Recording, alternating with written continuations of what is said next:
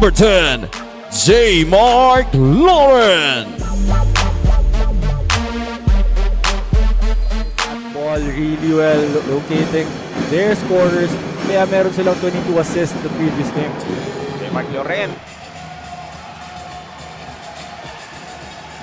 Stolen away by Lauren.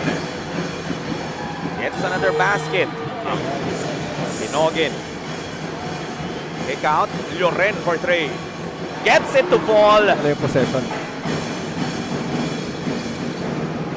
Lauren with a putback. Gets it to... And ganun lang talaga eh, no? Once you attack that shaded area, once you attract multiple defenders, as you see this, Lauren contra Goho Cruz. Uses that spin move. Gets the bump. Not the finish. Loose ball picked up by Lauren once again. Foul. on the latter part of this game, Look at that no look. Pinogin connecting with Lauren. opportunity para kay Koji Buenaflor. Lauren with an end one.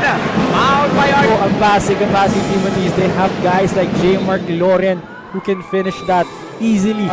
May muling tapang, no? Talagang just luring his defenders, making the defense collapse and passing it off at the last second. And what about for other players, that's a bad shot. But if you're Rosel Del Pozo, that's a good shot. And J. Mark Lauren. De La Rama. Lauren with a bucket. And you can't of the game. Another assist para kay Juniel De La Rama. And J. Mark Lauren on the open floor. Ahead of the pack. J. Mark Lauren na naman with a escape. And that's another. Of course, brought to us by Larga International Logistics Incorporated. It's a layup though.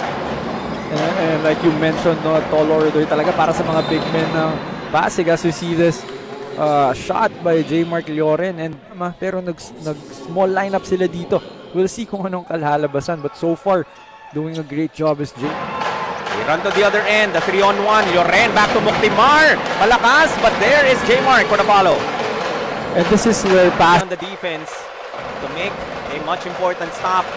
As San Jose Batangas is clinging on to his 1-point advantage. Lorendo ibabalik ang kalamangan sa Pasig with that one-hander mark.